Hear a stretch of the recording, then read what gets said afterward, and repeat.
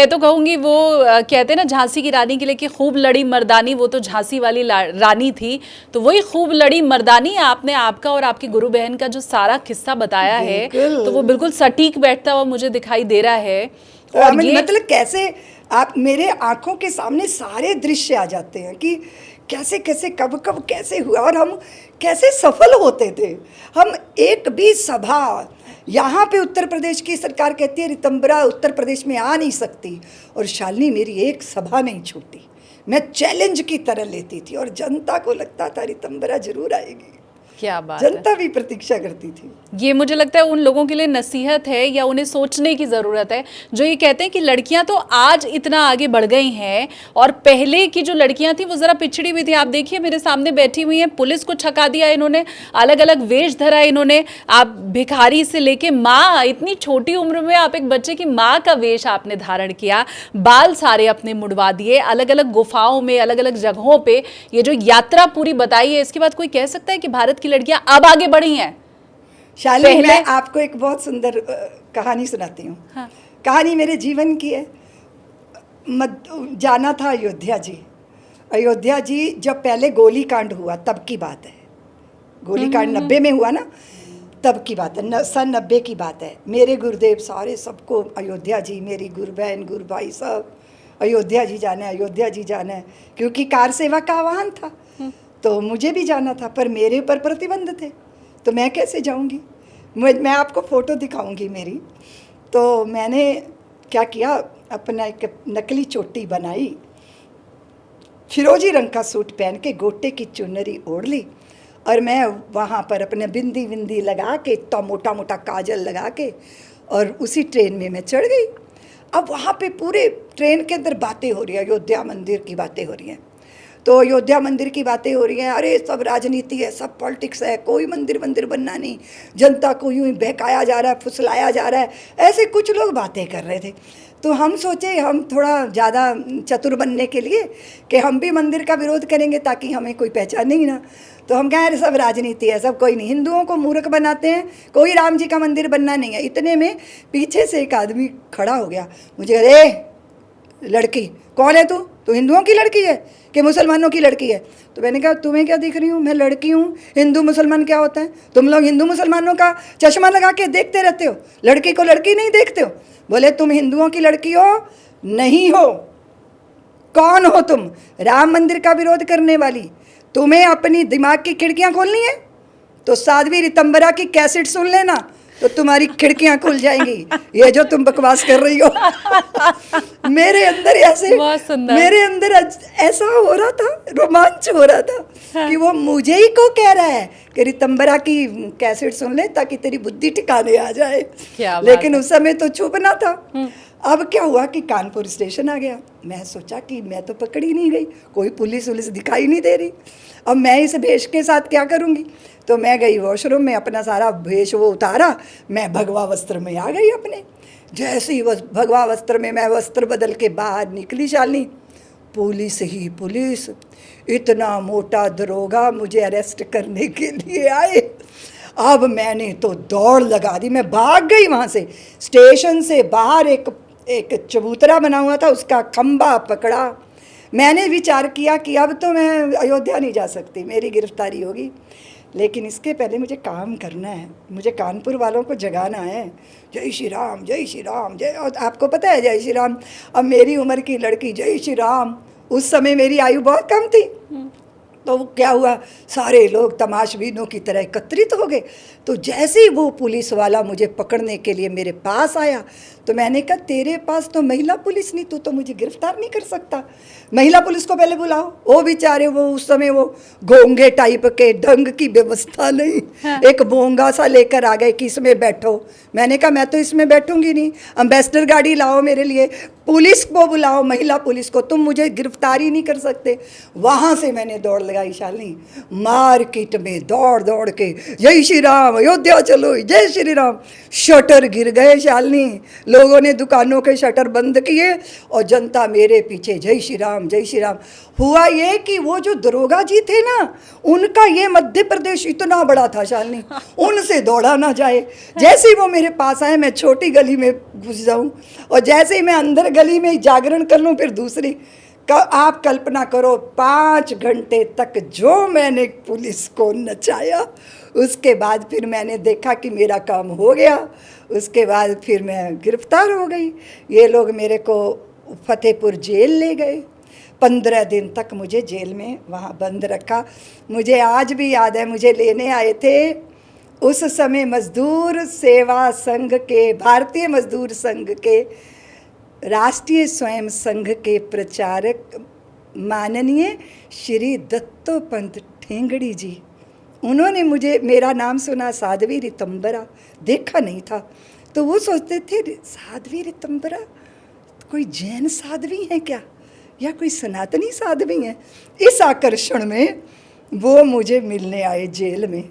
उस दिन मुझे जेल से छूटना था, तो मेरे लिए कन्नौज से ना, कन्नौज में उस समय, अब तो मुझे नहीं पता, लेकिन दूध की खीर होती है जो मिट्टी के कसौरे में डाल के दुकानदार देते हैं, वो लेकर आए थे मेरे लिए। अंदर बड़ा तूफान मचा था, महिलाएं लड़ रही थी, झगड़ा कर रही थी, पानी बह रहा था, शौचालय नहीं था, दुर्दशा थी। तो अंदर की आवाज़ें सुनकर, और जैसे ही मैं जेल से बाहर आई तो उन्होंने कहा साध्वी जी आओ बैठो और ये खीर खा लो और सारे कड़वे अनुभव इस खीर के साथ पचा लो। मैं आज भी वो चेहरा भूल नहीं सकती।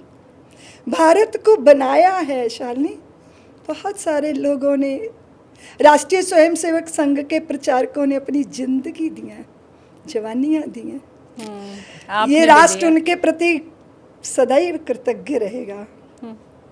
आपके इस शौर्य के लिए, आपकी इस साहस के लिए मैं चाहती हूँ 1 लाइक, और साध्वी जी के लिए कमेंट सेक्शन में चाहती हूँ प्रशंसा आप कीजिए। अब एक और मुझे छोटी सी बात बताइए, प्रधानमंत्री नरेंद्र मोदी जी से आप कब मिली, और ये जो पूरी आपकी यात्रा रही उसमें उनका कितना योगदान था, मंदिर निर्माण में उनका कितना योगदान था उस समय? मैं उनको एक बार बहुत पहले श्री राम मेरे गुरुदेव का कार्यक्रम था, मेरे गुरु भाई थे स्वामी चित्तप्रकाश जी, तो उन्होंने अहमदाबाद में कार्यक्रम किया था कर्णावती में। कब की बात है? बहुत, मुझे ना तारीखें याद रहती हैं ना सन याद रहता है। हाँ। तो तब नरेंद्र भाई मेरे गुरुदेव से मिलने आए थे, तब मैं पहली बार उनसे मिली थी। तब उनसे मैंने गुजराती के कुछ शब्द सीखे थे। उसके बाद श्री राम जन्मभूमि के आंदोलन में भरूच में मेरा अभियान जब शुरू हुआ हिंदू जागरण का, तो भरूच से शुरू हुआ, तो उसका मंच संचालन हमारे नरेंद्र भाई कर रहे थे। मैं जिस मंच पे प्रवक्ता थी, तो वो सभाओं में आगे आगे चलते थे, हम लोग पीछे पीछे भाषण देते हुए चलते थे। फिर जब रामशिला का कार्यक्रम था, उन्होंने पूरी योजना बनाई थी कि रामशिला कैसे पूरे गुजरात में पहुंचेगी। एक उस समय साधन नहीं थे, पैसा नहीं था, सहयोग बहुत कम था, तो नरेंद्र भाई जो है अहमदाबाद के स्टेशन पर जिस भी तरफ ट्रेन जा रही थी उसी में 4-4 रामशिलाएँ रख के कार्यकर्ता को बैठा के, ताकि पूरे गुजरात में रामशिला पहुंच जाएं, ताकि पूरा हिंदू समाज उसका पूजन करे।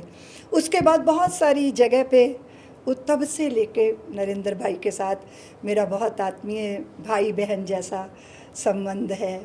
राखी बांधती हूँ रक्षाबंधन के दिन। तो ऐसा है उनकी यात्रा। जब वो संघ के प्रचारक रहे, फिर वो आडवाणी जी के साथ रथ लेकर चले, फिर मध्य प्रदेश वहाँ गुजरात में फिर वो मुख्यमंत्री बने।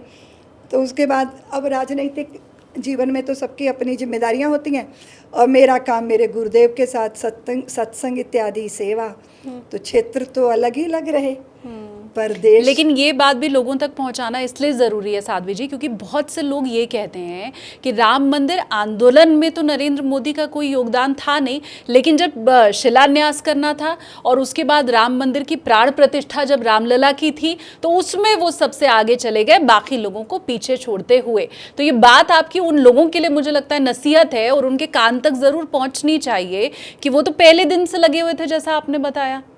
असल में क्या है, श्री राम जन्मभूमि के आंदोलन में पूरा राष्ट्रीय स्वयंसेवक संघ, विश्व हिंदू परिषद, सारे अनुषांगिक संगठन, तो जो जिसका अगर संघ के आप प्रचारक हैं तो आप तो रात दिन लगेंगे ही। बहुत लोगों ने काम किया। दूसरी बात ये होती है, आपने पहले भी एक बात की थी, माननीय हमारे मुरली मनोहर जोशी जी के बारे में, बहुत प्रखर हिंदुत्व के मूर्धन्य मूर्ति हैं वो।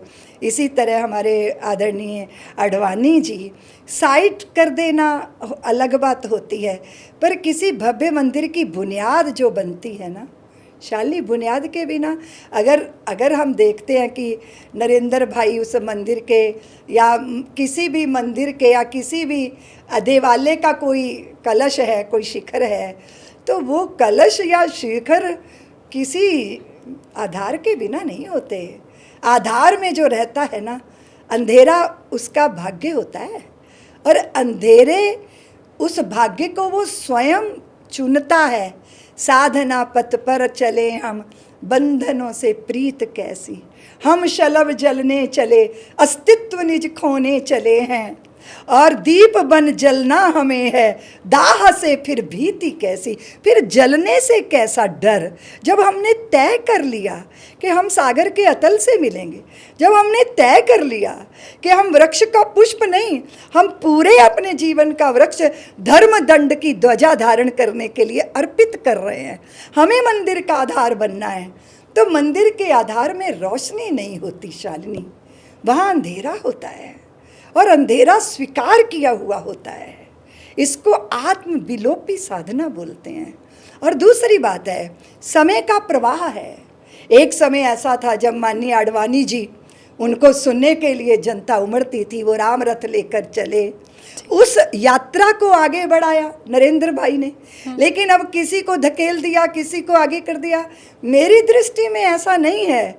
हर समय हर पहलू में अपनी अपनी भूमिका सबने निभाई, इसलिए अकेले से नहीं होता। अकेले नरेंद्र भाई ने मंदिर नहीं बना दिया है, इसके पीछे कण कण सबका अर्पित हुआ है, संगठनों का, कार्यकर्ताओं का, कार सेवकों का, राम भक्तों का, सनातन जगत का, सब मिलकर ऐसा होता है। लेकिन अगर नरेंद्र भाई ध्वजा चढ़ा रहे हैं तो पूरा भारत ध्वजा चढ़ा रहा है, क्योंकि देश का प्रधानमंत्री नेतृत्व कर रहा है। वो व्यक्ति नहीं है, वो पूरा समाज है। इस तरह जब हम विचार करेंगे तो कौन पीछे रह गया, कौन आगे हो गया, कौन छूट गया, कौन आगे बढ़ गया, ये राजनीतिक दृष्टि से भले ही कोई आकलन करे, पर एक कदम मैं चली, एक कदम आगे फिर आप चले, मैंने आपको मशाल पकड़ाई, आपने आगे मशाल पकड़ाई, और अभी तो हमें आने वाली पीढ़ी को धर्म की ध्वजा पकड़ानी है, उन्हें इस योग्य बनाना है, और स्वयं आनंद लेना है कि हमारी पीढ़ियाँ, हमारी आने वाली भविष्य की, हमारी संतानें भारत भूमि के गौरव की, धर्म की ध्वजावाहक बने, भारत का गौरव बढ़ाएं। तो फिर कोई पिता पीछे छूट जाता है, कभी नहीं। कोई दादा पीछे छूट जाते हैं, कभी नहीं। वो हम में हैं, हम में हमारे पिता हैं, हम में हमारे पितामह हैं, और हम में हमारी आने वाली संतानें हैं। इसीलिए ना तो हम पहले नहीं थे, ना तो हम अब नहीं हैं, ना तो हम आगे नहीं होंगे, ये सवाल ही पैदा नहीं होता। हम अतीत में भी थे, हम वर्तमान में भी हैं, हम भविष्य में भी होंगे, क्योंकि हम शाश्वत हैं, हम सनातन हैं। शानदार। ये भाई बहन वाला कनेक्शन ही था क्या आपका और प्रधानमंत्री नरेंद्र मोदी का, जब 2008 में आप पहली शख्स थी जिन्होंने ये कह दिया था कि ये राष्ट्र नायक हैं। आपकी पारखी नज़र ने सबसे पहले ये बताया था कि ये खाली गुजरात के मुख्यमंत्री बन के सीमित नहीं रहने वाले हैं। तो वो भाई बहन वाला कनेक्शन था क्या जो आपने पहचान लिया था? नहीं, वो एक अलग होता है कि आप किसी संबंध में आत्मीयता होती है, लेकिन दिखता है कि भाई होना चाहिए। मेरे को तो थोड़ा उस समय रोष भी था कि जल्दी से नेतृत्व सौंपे, जल्दी से, क्योंकि देश के अंदर भगवा आतंकवाद कह के हमारी पूरी परंपरा का अपमान किया जा रहा था। तो लगता था कि कोई ऐसा व्यक्तित्व आए जो ले चले देश को आगे तक। सपने पूरे करे। अब मैं आपका ज़्यादा समय नहीं लूँगी, मैं अब लैंडिंग की तरफ आगे बढ़ते हुए और हम कुछ रैपिड फायर राउंड करते हैं जिसमें हम शब्द देते हैं और ये कहते हैं कि आपको जो भी पहला ख्याल मन में आए वो आप कह दीजिए। तो मैं एक एक करके शब्द आपसे लूँ, लेकिन एक सवाल मेरा जो फ़ोन में लिखा हुआ है वो रह गया है, तो ये पहले मैं ले लूँ, फिर रैपिड फायर लेके मैं वाइंड अप करूँगी। वो सवाल ये कि उत्तर प्रदेश के अंदर इस समय हम ये देख रहे हैं कि दो भगवाधारियों की लड़ाई दिखाई दे रही है। हमने महाकुंभ में देखा कि एक तरफ शंकराचार्य अविमुक्तेश्वरानंद सरस्वती थे और दूसरी तरफ योगी आदित्यनाथ जी थे। अब अविमुक्तेश्वरानंद सरस्वती जी की तरफ से ये कह दिया गया कि अपने आप को वो योगी सिद्ध करें, तो उधर हमने देखा कि प्रशासन ये कह रहा है कि कोई भी अपने आप को शंकराचार्य नहीं कह सकता है। तो दो भगवाधारियों की लड़ाई, दो सनातन की लड़ाई, ये उत्तर प्रदेश देख रहा है। आपका कमेंट? मैं पहला यही कहूँगी कि ईश्वर करे भविष्य में ऐसे दृश्य कभी ना दिखें। हमारा एक रहना, एक साथ रहना, एक दूसरे को समझना, एक दूसरे के महत्व को समझना, इसी से हम सबका उपकार होगा। अब रैपिड फायर फटाफट कर लेते हैं। सबसे पहले प्रधानमंत्री नरेंद्र मोदी का ही नाम मैं लूंगी। आपने राष्ट्र नायक पहले उन्हें कहा था, लेकिन अब आज मई 2026 में जब आपसे बात हो रही है तो पहला शब्द जो मैं आपको दे रही हूं वो है प्रधानमंत्री नरेंद्र मोदी। आप आगे बढ़िए, आकाश आपकी सीमा है। ठीक है। अमित शाह जी। रखवाला ऐसा हो, घर का मुखिया ऐसा हो तो सारे घर वाले आनंदित रहते हैं। गुंडे दबे रहते हैं, सज्जनों का परित्राण हो जाता है, वंदनियों का वंदन हो जाता है, दंडनियों का दंड हो जाता है। क्या बात है। योगी आदित्यनाथ। तेजस्विता है, प्रखर सूर्य हैं, आर पार एक से हैं, और जहाँ कहीं निराशा आती है वहीं आशा की किरण बन के प्रकाशित हो जाते हैं। प्रभु श्री राम। प्रभु श्री राम हम भारतीयों का अपराजित पौरुष हैं। सर्वे भवन्तु सुखिना की भावना है। बहुत अच्छे पुत्र हैं, बहुत अच्छे पति हैं, बहुत अच्छे आराध्य हैं, तारक हैं, तारणहार हैं, और वो नहीं, उनका नाम उद्धार कर देता है। मेरे श्री राम पत्थर की अहल्याओं को समाज में स्थापित कर देते हैं, शबरियों के झूठे बेर खा के जातियों की दीवारों को ध्वस्त कर देते हैं, और अपनी भार्या जानकी के लिए वृक्षों से विह्वल होकर पूछते हैं, मेरी प्रिया कहाँ है, मेरी बल्लवा कहाँ है। वो ऐसे प्रेमी हैं कि सोने की लंका को पिघलाकर सागर में बहा देते हैं। अपनी भार्या, अपनी धर्मपत्नी, अपनी प्रिया के सम्मान की रक्षा के लिए लंका को भस्मीभूत कर देते हैं। मेरे श्री राम ऐसे हैं कि श्रीलंका के राक्षसों के बीच में भी, लंका के राक्षसों के बीच में भी भक्त विभीषण को हृदय से लगा लेते हैं। मेरे श्री राम ऐसे हैं कि भूमि पे गिरे हुए रावण को भी देखकर उनके गुण पहचान के लक्ष्मण को कहते हैं, जाओ युग का नायक विदा हो रहा है, जाके उससे कुछ सीख लो। मेरे प्रभु श्री राम ऐसे हैं जो कैकेयी को अपराध बोध से मुक्त करके दोनों माताओं के बीच में बैठा देते हैं।